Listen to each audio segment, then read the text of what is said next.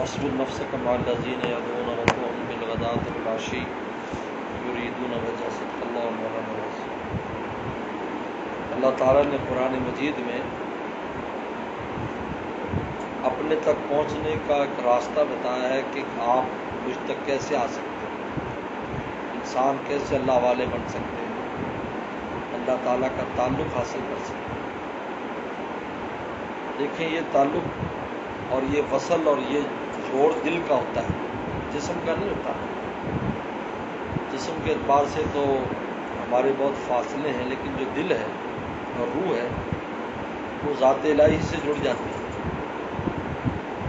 اور قلب میں انسان اللہ کا تعلق محسوس کرتا ہے۔ اور قرآن نے خود کہا سورہ کہف میں وَرَبَطْنَا عَلَىٰ قُلُوبِهِمْ، ہم نے ان کے دلوں سے رابطہ کر لیا، ان کے دلوں کو ہم نے مضبوط کر دیا۔ یہ جو اللہ تعالیٰ کا تعلق ہے اور اللہ کی جو نعمت ہے روحانی، وہ قلب انسانی پر نازل ہوتی ہے۔ ظاہری جسمانی نعمتیں تو ایک آشنا مولا کا اور غیر آشنا میں برابر ہے، وہی کھا رہا ہے، وہی کھا رہا ہے، وہی پی رہا ہے، وہی پی رہا ہے۔ انہوں نے کپڑے پہنے ہوئے کپڑے پہنے، وہ بھی دکان پر ہوگا، وہ بھی دکان چلا رہا ہے۔ وہ کوئی اس میں کوئی فرق اور تمیز نہیں ہے، لیکن اللہ تعالیٰ کی جو نعمت خاص ہے وہ قلب انسانی پر نازل ہوتی ہے۔ جیسے اللہ تعالیٰ کی نعمت خاص جو ہے وہ ایمان ہے، قلب میں وحی الہی ہے۔ اللہ تعالیٰ خود فرماتے ہیں پیغمبر صلی اللہ علیہ وسلم چلا قلبک، تیرے دل پر ہم وحی اتارتے ہیں، قلب میں آتی ہے۔ اللہ تعالیٰ کی محبت کی کیفیات قلب میں آتی ہے، خوف اور خشیت کی کیفیات قلب میں آتی ہے۔ یہ سارا دل ایسا بنایا ہے جو اللہ تعالیٰ نے اپنے خاص کام کے لیے دل ہے، باقی اعضاء تو سب کے لیے برابر ہے۔ میں اگر آپ اپنی زبان آنکھ وہ استعمال کرتے تو کافر بھی کرتا ہے۔ نے مولانا رومی رحمۃ اللہ علیہ نے فرمایا، اے لوگوں، یہ جو سورج مشرق سے نکلتا ہے یہ میرا سورج نہیں ہے، یہ تو کافروں کو بھی گرمی دیتا ہے، ان کی بھی کھیتی پکاتا ہے۔ یہ جو چاند نکلتا ہے مغرب سے میرا چاند نہیں ہے، یہ مجھے بھی اس کی روشنی فائدہ دیتی، کافر کو بھی دیتی۔ میرا سورج چاند وہ ہے جو میرے دل میں طلوع ہوتا ہے، یہ نہیں ہے، اس میں میرے ساتھ کوئی شریک نہیں ہے۔ اس میں صرف ایمان والوں کے لیے ہے، غیر کے لیے نہیں۔ ان کو پتہ بھی نہیں ہے کہ ان کے دل میں کیا باغ و بہار ہے، ان کو نہیں پتہ۔ تو یہ تعلق جو ہے یہ ہمیں کیسے ملے گا؟ تو قرآن مجید نے 3 چیزیں بیان ہیں۔ سب سے پہلے یریدون وجہا، اللہ کی ذات کا ارادہ کرو۔ پہلے تو یہ ارادہ کرو کہ اللہ تعالیٰ مل جائے۔ فون کر رہا ہے دیکھو کہ اللہ تعالیٰ کی ذات مل جائے، ذات الہی کے حصول کا سب سے پہلے تو ارادہ کرو۔ اس لیے مرید کہلاتا ہے۔ مرید کا مطلب کیا؟ ارادہ کرنے والا۔ میرے مرشد عارف باللہ شاہ حکیم مختصر فرماتے تھے مرید پیر کا مجازن ہے، جیسے دادے کا بیٹا پوتا مجازن ہے، اصل مرید اللہ تعالیٰ کا ہے، لیکن چونکہ وہ وسیلہ پیر ہے اس لیے اس کا مرید کہہ دیتے ہیں، میں فلاں کا مرید ہوں، لیکن اصل مرید کس کا ہے؟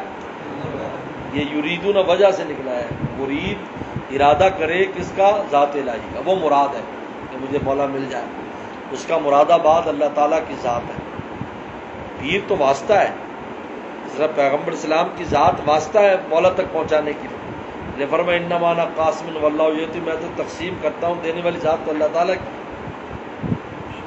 تو پہلے تو ارادہ، ہمارا ارادہ ہی اصل میں نہیں ہوتا۔ آج کسی پوچھ لو، ماشاء اللہ 5 ٹائم نماز پڑھ لیتے ہیں، حج بھی کیا، اللہ کا شکر ہے جی، بس کافی ہے۔ جب مولا کو مراد بنا لے گا کہ مجھے مولا کو حاصل کرنا ہے، تو پھر غیر محدود راستے پر پڑ جائے گا، زندگی بھر لگا رہے گا، کروڑ سال بھی عمر ہوگی تو کہے گا ابھی تک تشنگی نہیں گئی۔ جیسے کوئی سمندر پینا شروع کر دے تو وہ یہ گلاس تو ختم ہو جائے کہ سمندر ختم ہونے والا نہیں، یہ کتنا پی لے گا؟ پیتا ہی رہے گا، پیتا ہی رہے گا۔ آپ مجھے بتاؤ دریاؤں میں مچھلی کا شکار کرنے والے جب دریا سوکھ جاتا ہے تو فارغ بیٹھے، اور سمندر والے، اس سے آپ سمجھو کہ جب اللہ تعالیٰ کی ذات کو مراد بنا لیتا ہے تو پھر پوری زندگی لگا رہتا ہے کوشش میں، کیونکہ غیر محدود ذات ہے، راستہ بھی غیر محدود ہے، پھر لیکن منزل بھی ملتی رہتی ہے اس کو، لیکن آگے جاتا ہے۔ یریدون وجہ، وہ پھر اپنے کسی جگہ رکتا نہیں ہو، کہتا ہے جو کچھ بہت کچھ کر لیا لیکن ابھی کچھ نہیں ہوا۔ اس لیے بڑے بڑے بزرگ جن کی پوری زندگی اللہ کو یاد کرتے گزری، آخر میں کہتے ہائے کچھ نہیں۔ ہمارے والد صاحب رحمۃ اللہ علیہ، آپ کو تعارف کرایا گا مولوی عمر صاحب نے، پوری زندگی دین کے لیے اپنے گھر چین سے نکلے، بابل نگر میں آ گئے اور پوری زندگی دین پر لگا دی، لیکن آخر وقت میں یہ لفظ میں نے خود سنا کئی بار، ہائے وہ پہلے لوگ کام کے تھے، ہم لوگ نان کے، رونا شروع کر دیتے، ہاں وہ کام کے تھے، ہم نان کے۔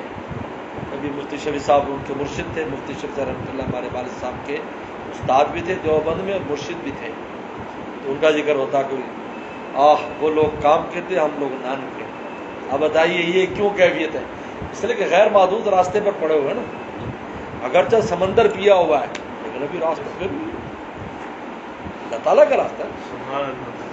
وہ پھر اپنی تھوڑی بہت عبادت پر بس نہیں کرتا، وہ تو رات دن اس فکر میں رہتا اور یہاں تک کہ موت آ جاتی ہے، اور پھر بھی کہتا ہے کچھ نہیں ہوا۔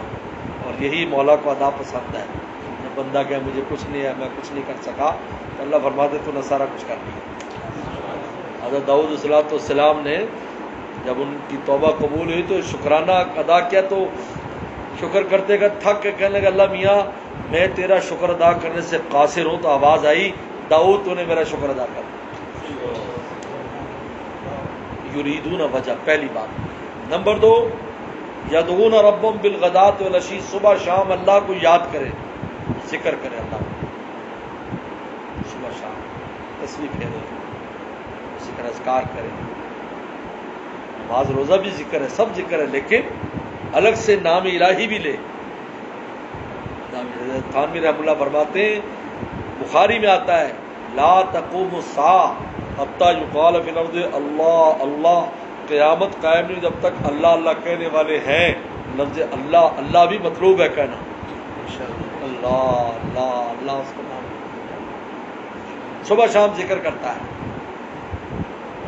2 کام تو ہو گئے، اب تیسرا اہم کام رہ گیا جو خدا تک پہنچائے گا۔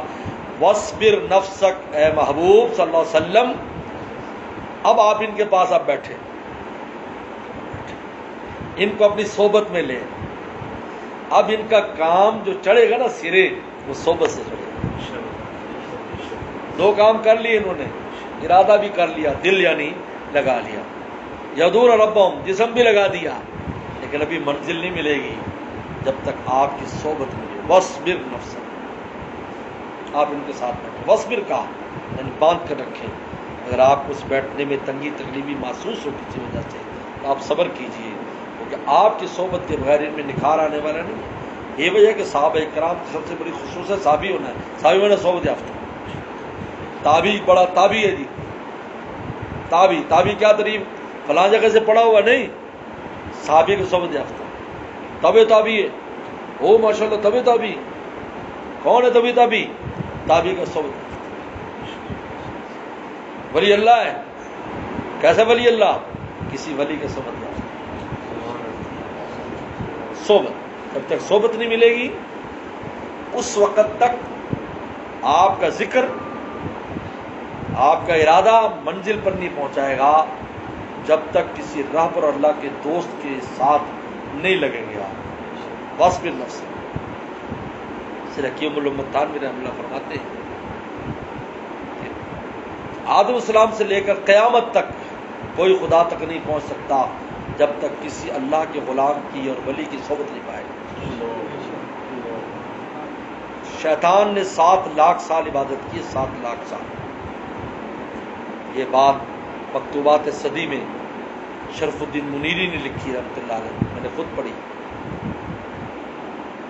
تمام اور علوم کا بڑا ماہر تھا، بڑا علوم جانتا تھا، بڑا ماہر تھا، وہ زمین کے ہر چیز پر جانتا تھا، گمراہ کیوں ہوا؟ جب اس کا مرشد آیا آدم السلام تو مرشد کو ماننے سے انکار کر دیا۔ ان کا مرشد کون تھا؟ آدم، وہ مرشد تھے کیونکہ آدم السلام کے استاد تو کون ہے؟ اللہ تعالیٰ۔ نبی کا استاد کون ہوتا؟ اللہ۔ آگے انہوں نے آگے استاد بننا تھا، اس کا شاگرد بننا تھا، فرشتوں نے بھی بننا تھا، جنات نے بھی بننا تھا، انسانوں نے بھی بننا تھا، تو مرشدی کے خلاف ہو گیا۔ 7 لاکھ سال کی بات اور علم سب کا سب مٹی میں ہو، لمحے میں فاخرج فإنک، نکل جا، فاخرج فإنک رجیم، نکل جا، تو مردود ہے، فاخرج، نکل جا، تیری کوئی واپسی نہیں، چل۔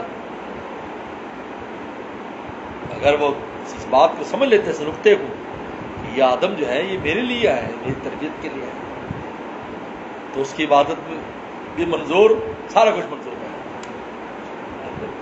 آدمی کے خلاف ہو گیا، جس کا مرید بننا تھا اس کے خلاف ہو گیا، جنہوں نے خدا تک صحیح معنی پہنچانا تھا، لیکن کہتے ہیں کہ وہ منزل تک پہنچے ہی نہیں تھا، ویسے لگ رہا تھا ہمیں کہ وہ اللہ تعالیٰ کے دربار تک رسائی ہو گئی، اصل میں نہیں پہنچا ہوا تھا، وہ پہنچا ہی نہیں تھا وہاں، دیکھنے میں نظر آ رہا تھا لیکن اندر سے بہت دوریاں تھیں اس کے اور اللہ کے درمیان، کیونکہ حضوریاں تو آدم نے پیدا کرنی تھی، ہمیں حضوری تو نہیں دلانا تھا، وہ تو دوری پہ تھا۔ لکھا من رجا رجا نے طریق، جو باوجود نیکی کے بھی گمراہ ہو گیا وہ راستے سے واپس آیا، منزل مل جائے تو کوئی واپس نہیں آتا، اللہ تعالیٰ ایک دم منزل دے دے چھینتے نہیں، منزل نہیں دی۔ وہ کیوں؟ وصبر نفسک، یہ صحابہ کرام کے لیے پیغمبر کی ذات تھی، بعد والوں کے لیے صحابہ تھے، بعد والوں کے لیے تابعین تھے، قیامت تک کے لیے اللہ کے دوست اور ولی، انہوں بات ساتھ ان کی سوچ میں رہو کہ تمہارا ذکر اذکار، تمہاری عبادت، تمہارے ارادے منزل پر پہنچے، تم پہنچ جاؤ، تمہیں منزل مل جائے گی۔ دیکھو ایک آدمی کو موسیٰ السلام کے زمانے میں اللہ سے کتنا عشق تھا، ایک چرواہے کو، عشق کے اندر وہ بالکل اس کا دماغ نے کام کرنا چھوڑ دیا، تو بیٹھا ہوا اتنا عشق اللہ تعالی ذات کے ساتھ اور دعا کر رہا ہے، اللہ آپ کہاں ہو، آپ مجھے مل جائیں، آپ کی مالش کرو، آپ کے سر میں جوئیں پڑ گئی ہوں گی، اتنا عرصے سے آپ دنیا چلا رہے ہیں، تو میں آپ کی جوئیں نکالوں، آپ کے چھوٹے چھوٹے ہاتھ پاؤں دباؤں، آپ کو روغنی روٹی کھلاؤں۔ موسیٰ السلام گزرے، دیکھا کہ دیوانہ کیا ڈاٹا ہے، نالائق، اللہ کی ذات توہین کرتا ہے، ذات الہی کھانے پینے کی محتاج ہے، تیری خدمت کی محتاج ہے۔ جب اس کو پتہ چلا کہ میں بجائے محبوب کو خوش کرنے کے ناراض کر رہا ہوں، تو چیخ مار کر جنگل میں دوڑ گیا۔ موسیٰ السلام پر وحی آئی، تو نے اس دیوانے کے ساتھ اچھا نہیں کہ محبت سے سمجھانا۔ موسیٰ السلام تو چونکہ جلالی تھے نا، پیغمبروں میں نوح علیہ السلام، موسیٰ السلام جلالی پیغمبر تھے، بہت جلال تھا، تو نوح علیہ السلام نے پوری دنیا ڈبو دی دعا کرا کے، اور موسیٰ السلام نے قبطی کو بھی تھپڑ مارا، اسرائیل السلام کو بھی تھپڑ مارا، بخاری میں آتا ہے اسرائیل جان لینے آئے تو زور تھپڑ مارا، آنکھ نکل گئی، کہ اللہ میں یہ نہیں مارنا چاہتا۔ حضرت تھانوی فرماتے ان کا جلال نہ نبوت سے پہلے گیا نہ نبوت کے بعد گیا، ڈانٹ دی۔ اللہ فرمایا اچھا نہیں کیا، وہ اچھا غلطی ہوئی، اس کو تلاش کیا جنگل میں، بھی چلو بھائی تو کہ عقل تیری ختم ہو گئی ہے، تو جو چاہے کھائے۔ جب وہ گیا جنگل میں، اس کو کہا بھی تیری وجہ سے تو ڈانٹ پڑی ہے، اب تو اجازت ہے جو کہا کرنے، حضرت آپ کی ڈانٹ نے اللہ کی معرفت کرا دی، میں پہچان گیا ہوں کہ ذات الہی کیا ہے اور اس کے کیا آداب ہیں۔ یہ کیا ہوا؟ پیغمبر کی نگاہ اور صحبت ملی نا تھوڑی دیر کے لیے، اس کی وہ جو عشق تھا لائن پہ لگ گیا۔ وصبر نفسک، یہ معمولی بات نہیں ہے، آج ہم اس کو اہمیت نہیں دیتے، انفرادی بات پر خوش ہیں۔ بزرگوں کے پاس جاؤ، بڑوں کے پاس جاؤ، بیٹھو، پھر دیکھو دل کے کیا حالات ہیں، دل کے کیا کہتے ہیں، تو نے مجھ کو کیا سے کیا شوق فرامہ کر دیا، پہلے جا پھر جانے جا پھر جانے جانا کر، جزاک اللہ کے چشم باز کر دی، برابا جانے جا ہمراز کر دیا، آپ میری آنکھیں کھول دی، میری جان کو مولا سے ملا دیا۔ صلی اللہ عمل کی توفیق دے۔ اب اس کو چلا دو، روٹی جلدی لے آؤ۔